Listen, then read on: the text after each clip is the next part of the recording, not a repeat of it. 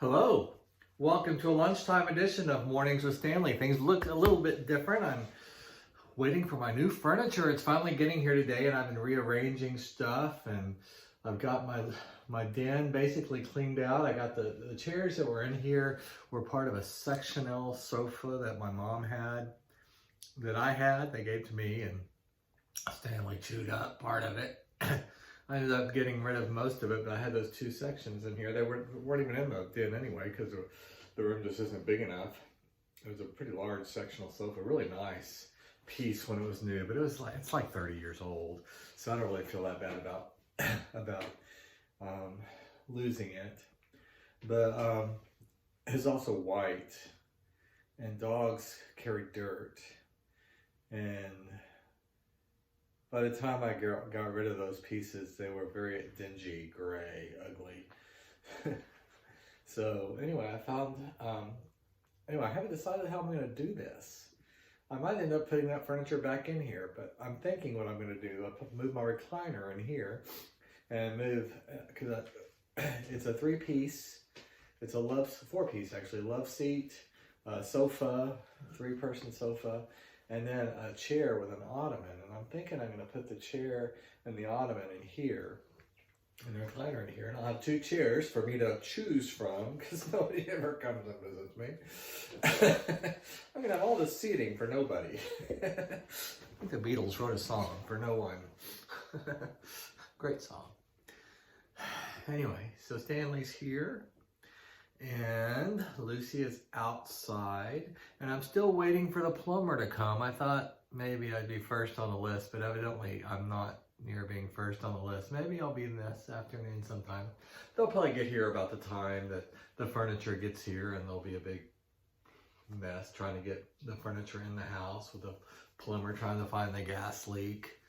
I was planning on going to the parish house, to my office to take a shower, and I could not get myself up. I had my alarm set for 6:30, and I listened to one song, great old song by the Nitty Gritty Dirt Band. And I said, after it was over, I said, Alexa, snooze 25 minutes. And she said, okay. She just heard me. I said her name too loud. Anyway, so then at 7 o'clock, I finally got up. And then I thought, well, those plumbers could be calling any minute now. I'll take a cold shower. Boy, did I, it was so cold. So I survived it. It was quick, but I managed to get all wet, get all of me wet and clean, soaped up and washed off. So that's more than you needed to know. We'll see. I have a feeling that they're not going to be able to finish what they start today. But maybe tomorrow. Tomorrow morning, though, I will, well, depending on what they find out today and everything. But if I don't have hot water tomorrow, and I can, I'm going to go take a hot shower at the office. Hopefully I'll be able to go into the office. Wednesday, I'm supposed to go to the dentist. My dentist is in Glen Rose. I started going there because I broke a tooth once when eating a salad with bacon in it. And one of my church members was a dentist. One of them was in Heiko. So I called her, and she fit me in that day. It was great. And so I've been going, well, I was going to her, and then I moved here. About the time I moved here, she sold her practice and moved to Cheyenne, or somewhere in Wyoming. And she's still there. And but I heard I went to Heiko for a funeral, I guess a week and a half ago, and someone told me that she's thinking about moving back, but her kids are here, and she wants to be closer to her kids and grandkids. But anyway, then that practice, a guy bought it, and he was here for a while. I think that he cleaned my teeth. He looked at my teeth one time, maybe twice. And then maybe the second time it was a different dentist, but he was a dentist from another practice in Glenrose. And then the next time, another guy got it. He was a Yankee. Well, the first guy was from Utah. And then the second guy was a guy from New York. Last name of Doan, which is one of my family names. And he looked at my teeth one time. And then the next time said he was moved to California. By that time I realized that we were probably related. Very, very, very, very distant. He moved to California and he sold it to another guy who is still there. This will be my third time to see the same dentist, but that was Susan, and then the next guy, and then the guy from the neighboring practice in town, then the guy from New York who moved to California, and then this guy. So I've had 5 dentists in 5 years. That's okay. I've only had one dental hygienist who cleans my teeth, and she's the reason I keep going back there, because she lives in Alexander, which is northwest of Hico, but she's from Carlton, which is just due west of Hico or southwest of Hico, and she knows a lot of the people that I know, so I go in there to get a scoop of what's going on in Hico. So I enjoy going to her. If she were to leave, I'd probably look for a dentist up here in Cleveland so I wouldn't have to drive so far. And now they're doing all this construction, I discovered last time when I went to Hico for that funeral, between here and Glenrose, which is fine. You know, here, you know, in Minnesota, when I was going there, going up there for school, they said that there are 3 seasons. There's fall, winter, spring, and road repair. Here, road repair is all year long.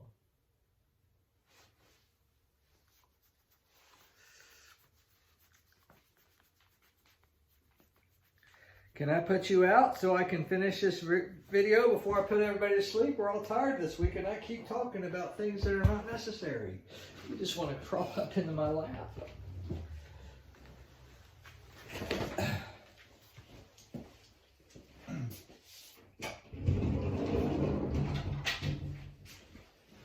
So I don't know, I might be moving furniture around for a while, trying to figure out what's best, what goes where best. I'm not 100% sure I want the chair here. I have this table that a man made in Hico, Bo McClammy, great guy.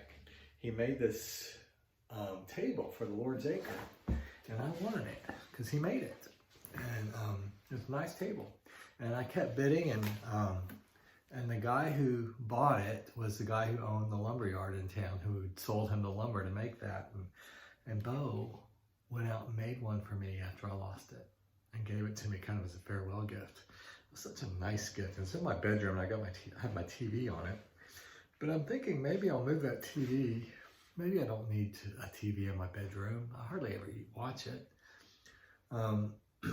Maybe I'll do something, move that table in here and put that chair in my bedroom.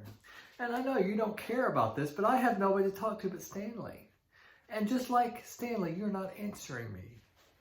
Here's our reading for today. We're continuing in the book of Hebrews chapter 10, continuing on from where we left off yesterday. For yet in a very little, this is verse 37 through 39. For yet in a very little while, the one who is coming will come and will not delay, but my righteous one will live by faith. My soul takes no pleasure in anyone who shrinks back. But we are not among those who shrink back and so are lost, but among those who have faith and so are saved. The word of the Lord. Thanks be to God. And now our reading from Christian Maturity. This is Monday of week 46. Receiving at first hand. We are looking at the necessity of receptivity, of listening, of taking. We are as mature as we are mature in receptivity. Without receptivity, there can be no maturity. When expenditure is greater than intake, decay sets in. And if such expenditure is kept up, then death results. Receptivity is a maturity must. In the parable of the sower, Jesus gave 4 stages to maturity. And other seeds fell into good soil, receptivity, and brought forth grain, the response. Growing up and increasing, renewal, and yielding 30-fold and 60-fold and 100-fold, reproduction. That's Mark 4:8. These then are the stages: receptivity, response, renewal, and reproduction. Everything depends on that first stage, receptivity. Without it, nothing else happens. So all efforts at maturity are a striving after wind unless we begin with receptivity, continue with receptivity, and end with receptivity. We are as mature as we are receptive, and receptive of agape love. In the Christian faith, we have the open invitation to receive firsthand. Jesus is a mediator only in the sense that he mediates God to us. He who takes hold of Jesus takes hold of the very self of God.